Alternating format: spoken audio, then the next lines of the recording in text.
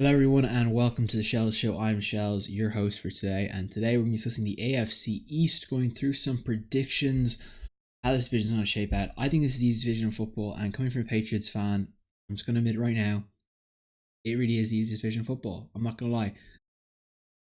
Let's crack into this. This is what we're going to do the video today. We're going to go through predictions, each team, and then we're going to do over-unders betting if you guys are just not that Vegas stuff. I know some betting parts of America is legal. We're going to do it anyway because it's a bit of fun. Anyway, starting off with my predictions for this division.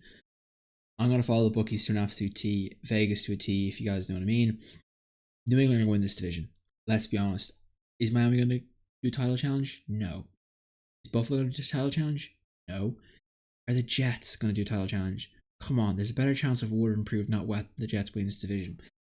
Yeah, if you guys think New England are a pretty good bet, you get a 1.12 return if you pick New England to win the AFC East, which is a nice 12%. You know, if you put €100 there, you get €12 back, 12%, 1,000. You know, with the big money up there, if you want to put your money where your mouth is, it's a nice return. It's probably better than money sitting in your bank. I mean, I'm tempted by that. You know, put a few thousand on that, and it'd be nice little, nice quick return for it. But anyway, let's discuss each team. I mean, it's pretty simple. Let's go to the Patriots first. I mean, the Patriots have the best in the business when it comes to quarterback and coach. Belichick and Brady. I mean, these two guys seem to come up with different things every year. Their drive is as good as ever. I mean, last year's the Super Bowl was about as good a performance as I've ever seen from a team.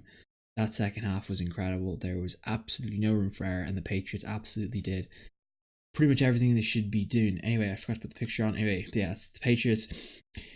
I think they're brilliant. Now, teams, when they get a Super Bowl win, you know, they kind of are happy with things. They start paying big money to guys, and that's where things go wrong, like the end of the free agent deals. The Patriots, in their hand, have kind of done a bit of a revamp, I think, kind of way with wide receiver. Now, Julian Edelman is out for the year, the torn ACL. That's going to be a bit of different, but who do they get? They got Brandon Cooks, the first round pick this year. That is a huge addition. He brings a lot of speed.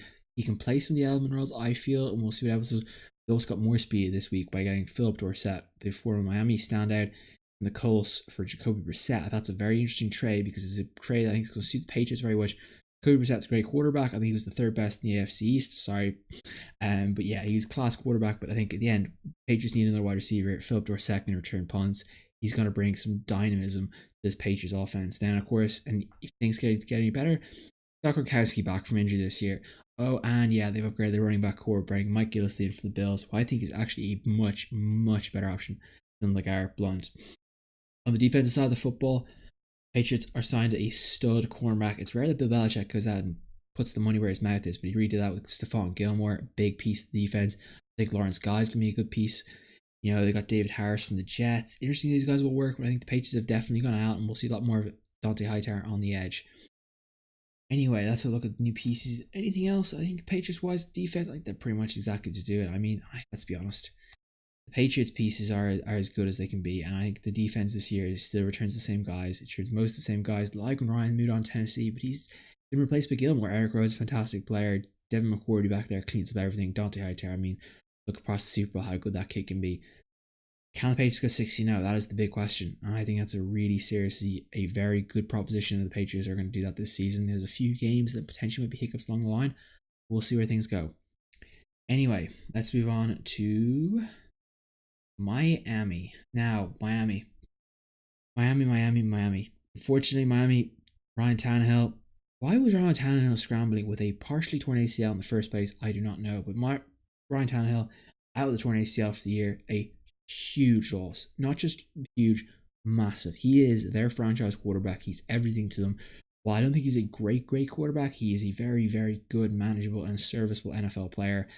At quarterback, they're going to be bigger. Now, the big problem is what's Miami going to do? Well, they got Cutler for $10 million a year. Probably the worst move you could have possibly done. You had Matt Moore already. Matt Moore is a better quarterback than Jay Cutler. Jay Cutler is a bum. Miami are going to win games this year with Matt Moore at quarterback. They're not going to win games with Cutler. Let's be honest. I don't care how good the wide receiver is with Parker, Stills, you know, Jarvis Landry. If you can't get the ball to these guys, they're in trouble. I think Matt Moore knows his offense a bit better. I think Matt Moore is going to be the guy that later in the year is going to get them Miami the most wins in Miami. If I had to put a bet on it, I bet my life that Matt Moore will have more wins than Jay Cutler at the end of the year from starting quarterback job. He's the big piece. Now, my issue with Miami also is the defense. I just don't trust that defense. It's a bit shaky. Sue takes way too many plays off for me. He can be the best player in the world if he just played every down like it mattered and his life was on the line. He'd be amazing. They do get Rashad Jones back. I understand it's a huge addition to them. They got Kiko Alonso played the ball last year. Lawrence Timmons, though, I mean, let's be honest, that Pittsburgh defense, a bit of a sieve in the playoffs last year against the Patriots. They can't do anything. I don't know how he's going to stop the Patriots running backs like that, but Miami, they have some good pieces. I'm not gonna lie, that defense can play above average, they'll have a good chance to win. A few more games than they should. But anyway, also a big addition. They got Julius Thomas back in Adam Gaze's system. Interesting to see how they use him. Adam Gaze, of course, used Julius Thomas when he broke out in Denver that time with Peyton Manning. That offense where he looked like a different player. Went to Jacksonville after the Super Bowl, and yeah, he just hasn't been the same player, has he? He just doesn't seem to be very good. Oh, the trade for William Hayes is a very good one as well. I'm interested to see how Charles Harris looks, the defensive first round pick, defensive end. He can have a lot of potential. I like what he brought to the team. Fortunately, their second round pick, Raekwon McMillan, who I thought was going to have a big year. I thought it was going to be a huge piece in that defense. Fortunately, towards ACL. I'm like, Cordea Tankersley, I think is how you pronounce it. How good can he be at cornerback? He's a big piece. They got Xavier Howard. They got a few other pieces there. They need some big plays. Byron Maxwell, of course. I think Rashad Jones will help them in that back piece, but it's all about how well they play going into the future. I think there's pieces there. They just need to work them, how they work them together. It's going to be a tough year for Miami fans, and they just need some time to figure everything else out. Anyway, let's move on to the Buffalo Bills. Now, Buffalo, like most things in this division, the same problem that every other team, not named the Patriots, have. No QB. Let's be honest, I don't think Tyrod Taylor's the answer. I think was it Major Peterman or something? Trevor Peterman or something? The Pittsburgh guy. Probably going to start this week with Tyrod Taylor, the concussion protocol. I think if he gets the job, I think someone's going to stick with the job. They need to figure out what the hell's going on here because Tyrod Taylor is not the answer. They need a franchise quarterback. They really need to find one. Sean McDermott's got a lot to do. I think he really needs to break this roster down and do major rebuild. And they've kind of sort of done the first few steps of acquiring draft picks. They traded Sammy Watkins out. They got rid of Rolf Darby. I thought that was big of a shock. They got Jordan Matthews back. I think they got EJ Gaines from the Rams as well in that trade for Sammy Watkins. Interesting idea. Also, they traded Ragland out, which is very concerning. McDermott's got a lot of loss to do. This Bills team needs a massive overhaul. It's the only way to put it. But, they won't be ready to compete this year. They need some serious time, but they do have some talented players. I think Jerry Hughes is a really talented player. Eric Wood, their center, quality, incognito, pretty good left guard. I'm not going to say he's brilliant because I don't think he is brilliant, but I think he's ranked. Marcel Darius, great player. Kyle Williams, what a great defense tackle he is. As good and serviceable as you can come across. LaShawn McCoy. I mean, do we say more about LaShawn McCoy? Absolute beast. Here's the other draft picks we'll jump on this week. Of course, last year's draft picks, Jack Lawson missed about 9 weeks or 10 weeks last season, injured. Had possibly come on. And this year they got Tre'Davious White, is it? I think he might do the LSU quarterback. He's a good player. Zay Jones from Eastern Carolina, who is a good wide receiver, shifty guy. Here's to see those guys' pieces will integrate this season. They got some potential. Interesting to see what they do with them. Anyway, let's move on to the old Jets. Christian Hackenberg. I think Christian Hackenberg has to start the season for them at some stage because otherwise they are in big trouble here. They are probably going to tank for Rosen or Lamar Jackson. They have to get a quarterback. They can't seem to develop one. I think Hack's the best option. Just throw the guy out there for 16 games. See what you got. If he doesn't work out, get rid of him. Get the number one pick. You pick Rosen. You pick Lamar Jackson. You pick the guy you want. Otherwise, you're never going to get a franchise quarterback. They traded Sheldon Richardson this week to the Seattle Seahawks. That was an interesting move, right move for the Seahawks. They did get Jermaine Kearse back on like a third round pick or a second round pick, depending on how much playing time, obviously. But their D-line is still magnificent. Mohamed Wilkerson, magnificent player. Leonard Williams, I think, could be one of the best defensive tackles in the league. If not, he's one of my favorite players. I think he's a brilliant talent. He's just touching the surface of what he can do in the future. Anyway, what other things to think? Yeah, Todd Bowles. I mean, I feel bad for Todd Bowles. Obviously, he took the job on, had a great first overachieving season. The last season was a massive regression. I really feel bad for the Jets in a way that Todd Bowles is a fantastic coach, fantastic defensive coach. He just doesn't really, I think maybe it was one step too much for the head coach for him. He doesn't have the guys around him. They're going to lose a lot of leadership this season. They've lost David Harris. They've lost Eric Decker, Brandon Marshall, guys who would be big leaders in the thing. That's going to be hard for them to replace. I think they did a good job in the drafting Marcus May from Florida in the second round. And of course, their first round pick, Jamal Adams. Two great safeties. They got rid of Calvin Pryor. You got guys like Revis is gone. Sheldon Richardson's now gone. Guys who can play. There's what the Jets do now. Unfortunately for the Jets, they lost their best, they did get some guys back. Now, interesting enough, I'm interested to see how Darius Stewart plays for them, the Alabama former standout who dominated college football. We've got Chad Henson from California, who's about a 6'4", I think, guy. He's a tall guy. Interesting what they use him. And of course, Jordan Leggett, the tight end from Clemson, who, I mean, just look at the national championship game. That guy was everywhere for Clemson when they needed a big play. So they have some solid pieces coming in. It's just not going to happen this year or next year. It'll probably be like a 3-year process. I think they do have to stick with Todd Bowles. I'd stick with Todd Bowles no matter how bad the year is for him. Anyway, let's click off and go back to this screen here, and we'll go through the over-unders. Okay, so over-under for the Jets, 4.5 wins. Sorry, Jets fans, you're not winning more than 4 games this year. If you win more than 4 games this year, you can come back to this video and I will absolutely own my head up and say I was wrong. I just can't see it. I think 3 to 4 is their ceiling. If they win 5, I'll be amazed. But 5 is just 1 game too many for me.